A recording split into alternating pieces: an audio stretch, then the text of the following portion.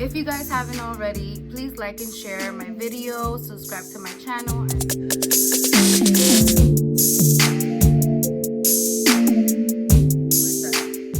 Jesus said, a noble man was called away to a distant empire to be crowned king and then return.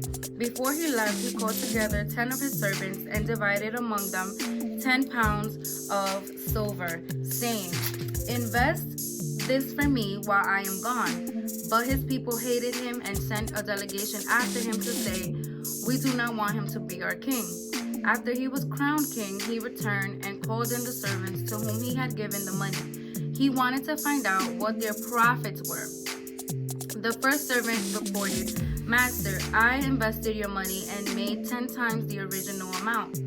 Well done, the king exclaimed. You are a good servant. You have been faithful with the little I entrusted to you, so you will be governor of 10 cities as your reward.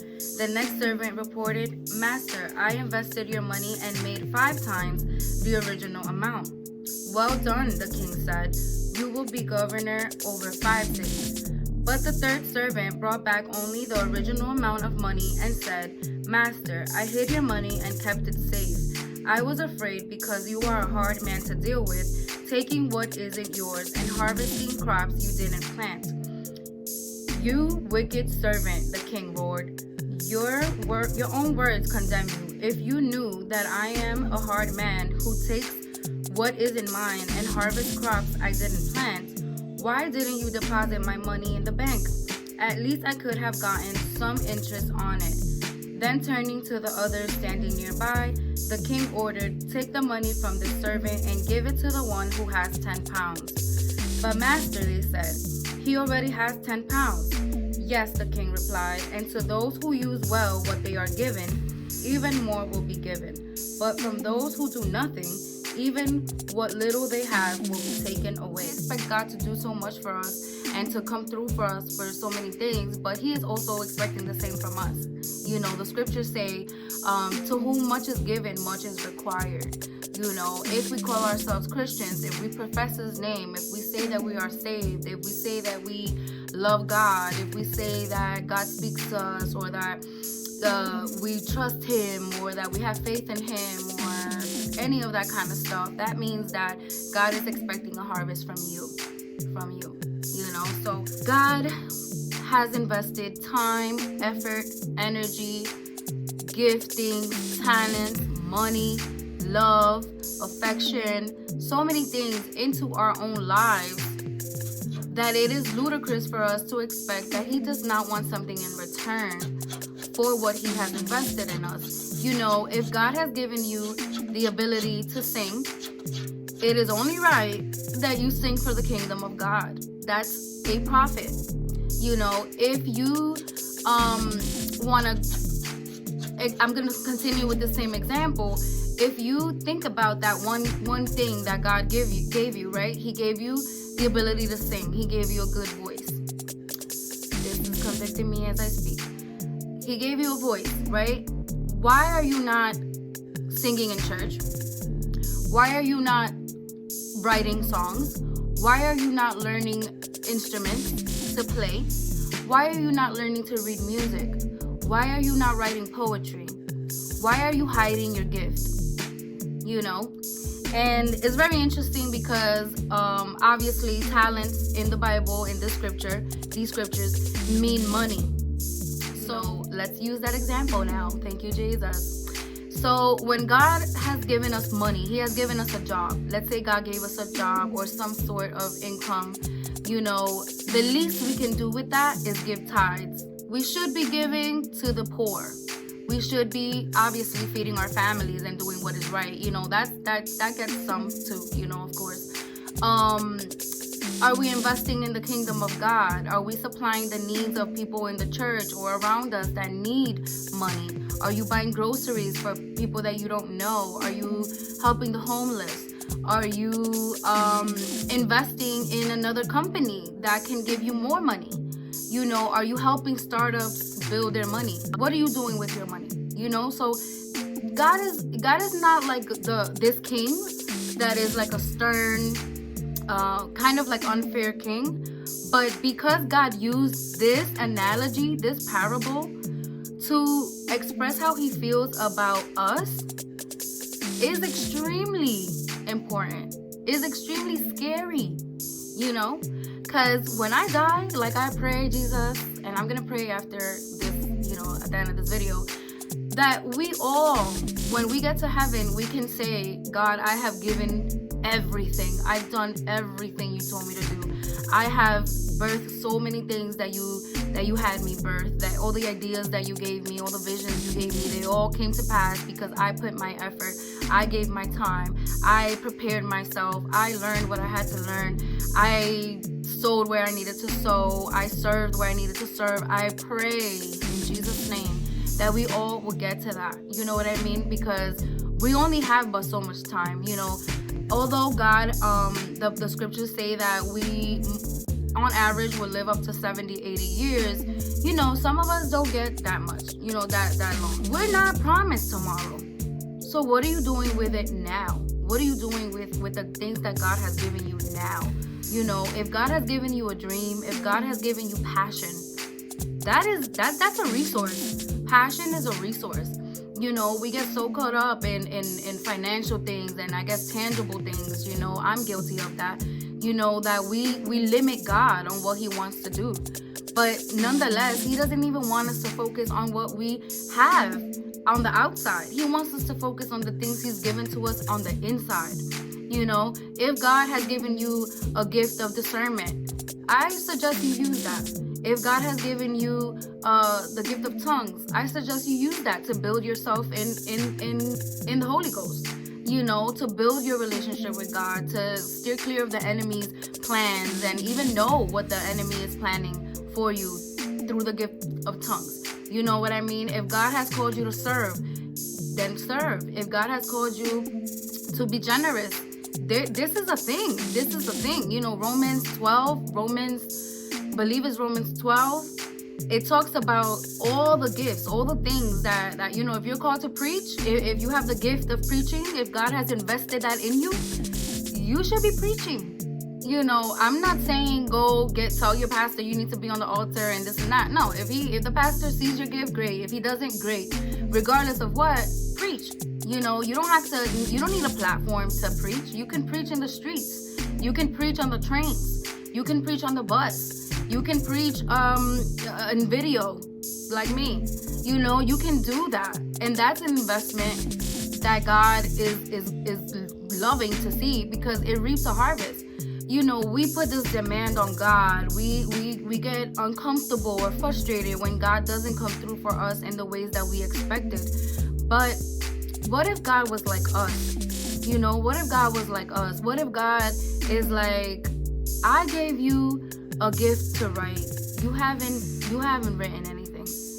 I gave you the gift of rhyme. You haven't written anything. You're not out here trying to rap. You're not doing anything with that. What are you doing with that? You know, if you can do hair, why are you not doing hair? You know, you're so worried about working a 9 to 5, which happens to the best of us, you know what I mean? But that's not where God wants you to stop. You know, a lot of the questioning in these scriptures is that God, we say, why did that servant get punished in the way that he did? Why did the king take away his gift or his talent and gave it to the one that had 10? You know, it's not that his character is like the king, you know, but he does expect a demand, you know, a profit from what he invested, you know, what he gave us. And if we, on the other hand, don't do anything about it, if we just sit on the gift because of fear, then we don't trust God. If we do it because we're too busy, then we don't trust God. We're not esteeming God high enough. If we say that we're not doing it because the pastor doesn't want to give us a part, God is going to say, I never told you that the pastor was going to give you a part. You know, we're not trusting God enough. We're not, you know, this walk is a faith walk. This is by faith. I do these videos and I have no idea who's going to watch my videos. I pray about it. You know, I pray about it. I consecrate myself as best as I can. I fast for this, you know, I warfare for this, you know, all that stuff, but I have no idea what's gonna happen at all whatsoever. You know, I have no idea who I'm gonna meet. And I've met people that are amazing people, and I've met them because of my YouTube videos. Isn't that cool? That's so cool. You know, I've met people that ask me for prayer, you know, and there's some people that I haven't even met in person that they tell me like, wow, your message blessed me. Or I've seen people that say, oh, I didn't even know you had that gift. Colleagues that told me, I didn't even know you spoke like that. I didn't even, you know, I didn't know you knew that much, or like whatever, you know. And I'm like, glory to Jesus, you know, the grace of God, I love him, you know. And of course it's true, you know, but I'm doing this by faith. I'm doing this by faith. Yes, we market. Yes, we have to, you know, send people videos. And for a long time, I was shy of doing that. I was too modest, I want to say. I didn't know this was going to become a testimonial, Jesus, but okay, praise the Lord. I didn't send people my videos. I didn't market myself on anywhere, on Instagram, Facebook, on Twitter, nothing, you know, nothing. And I have a blog, and I did the same. I wrote the blog for the people in the blog, and I did these videos for people on YouTube. And if I shared anything on Facebook, it was for Facebook. And God is calling me higher, you know, where he's like, where's my investment, girl? You know? And I'm like, oh my God, Lord, like I didn't, you know, I'm shy, like I'm by myself, like I don't have a team, like, what's up, God? You know, like, don't you understand? And he's like, well, you did the first part, so now you gotta keep going. Like, okay, next, level up, girl, level up, you know? And that's just my testimony, you know? And with that, the reason I did those things is because I was afraid. I didn't trust God enough, you know? I knew God called me to do this since 2012, and I prayed about it, and I used to do it, and I was passionate about it. You know, the vision that I have now is nothing compared to the vision that I had back then. You know, I didn't have the support that I needed back then, and I almost don't have the support that I need now. But that's not to say that God is not my support. You know, I may not have a team, but guess what? God is my team. You know, when people didn't send me topics to talk about, God gave me the topics. You know, when I didn't know what certain things meant, or scriptures meant, or whatever, I have dictionaries, I have thesaurus, I have Bible commentaries, I have Google, you know what I mean? So, you know, we can't get so stuck in excuses. You know, we can't, you know, we can't. There's other times where, let's say I would be, I was so busy, I was serving in like 10 ministries in church. I'm exaggerating, but I was very busy. You know, I was very busy, and all that stuff is time consuming, especially the dance, you know, because you do have to rehearse. The dance and the theater, you have to rehearse, you know, you have to rehearse. There's no such thing as just getting on an altar, giving your best to God without preparation. There just isn't, you know, and all those things used to take so much time for me. I also work a full-time job. I was also in school, you know, so it was a lot for me, but I still did it because I had the passion, and I knew God called me to do it. Of course, when I started going through emotional things, that was my excuse. I'm tired, God, I don't feel like it. I'm depressed, I'm burnt out, I'm lonely, I'm this, I'm that, you know. And God is like, quiet, like, yeah, I get it, okay, yeah, I see you. I know I have your tears in my jar, in my bottle, yeah. But, you know, I still called you. Like, I'm still waiting for that, you know? And I don't know, it's just one of those things that, you know, God really wants us to press into what he has for us, because we're pressing in for what we want from him. But there's a lot of things that he wants from us. You know, he wants holiness. He wants us to be set apart, you know. And have you guys ever been burnt out? I've been burnt out twice in my life, you know. And one of the reasons most recently that I felt burnt out was because I was investing in people that really didn't want the help. You know, I was casting my pearls to the swine, how the scriptures say. You know, do you know how it feels like to feed somebody that is not hungry, or bring truth to somebody that refuses to believe it's truth and it's is convinced that the lie that they live in is the truth. You know, it's very time consuming, energy consuming, and somewhat, you know, offensive to me as a person, and I believe all social workers in general, all counselors and probably therapists and psychologists and everybody, you know, because it's like I'm feeding you, I'm giving so much to you, teachers, you know, I'm giving so much to you, yet there is no return on what I've given.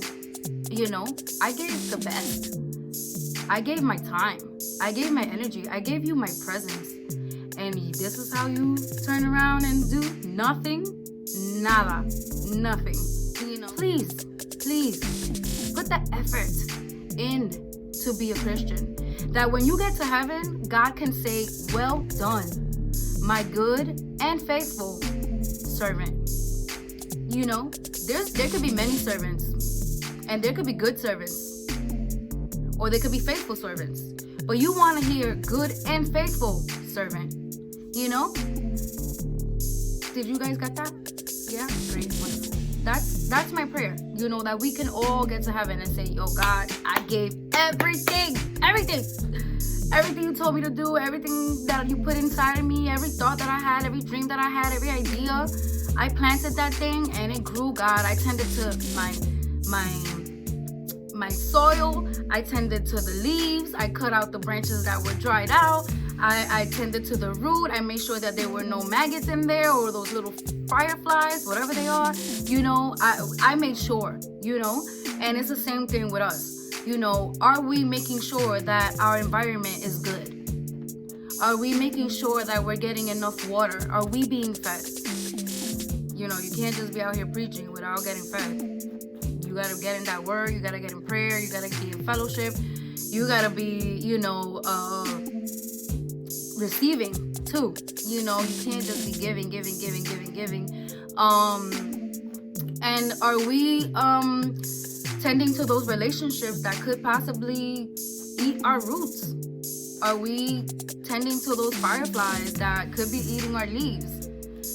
You know, drilling holes in us without even knowing it, because a lot of people don't even know that they're toxic. Some people don't even know that they're draining. Some people don't know that they have a disease of complaint. You know, a lot of people don't know. You know, a lot of people don't know how to help themselves. You know, and that's one of the things that the Lord was ministering to me. You know, He wants a return on His investment. You know, He said, where I send my word, Isaiah 55:10, where I send my word, it will grow. It will grow. It will reap a harvest.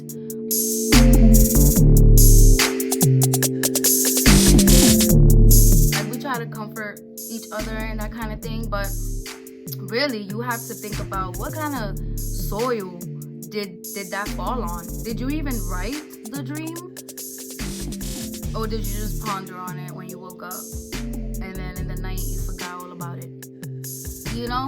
How much attention are you giving to things? You know, and that's important to God. You know, that's very important to God. God values the reaction we have to His gifts, to His impartations, to His prophetic word, to the preached word from our church leaders. You know, He cares about all that stuff, and He knows how much value you put to it. If you're not putting any value to it, you know, it's offensive to God. It's offensive to God, because it means you're not esteeming Him high enough. You know, you may be esteeming your next paycheck more. You may be esteeming your boyfriend more. You may be esteeming looking cute more, or looking handsome more, looking fit more. You know, if you were to put that energy and that attention, that focus that you use for your school studies or for your, I don't know, all the stuff that I mentioned, what would God say if you're esteeming His word and His impartations and His prophetic words and His everything less than those things? You know, like that really, come on now. Like, I don't even have to explain that, you know? So God bless you guys. I'm very straightforward. Praise God. You know, I pray that we all would be able to fully manifest all that God has invested in us. And I pray that we take the time out to put before us all the things that God has told us and has invested in us, so that we could live a life of repentance, so that we can live a life of holiness, so we can live a life of prayer, so we can live a life of victory, so we can live a life according to God's will. God's will is good, pleasing, and perfect, both to you and God, So thank you so much for watching. God bless you guys.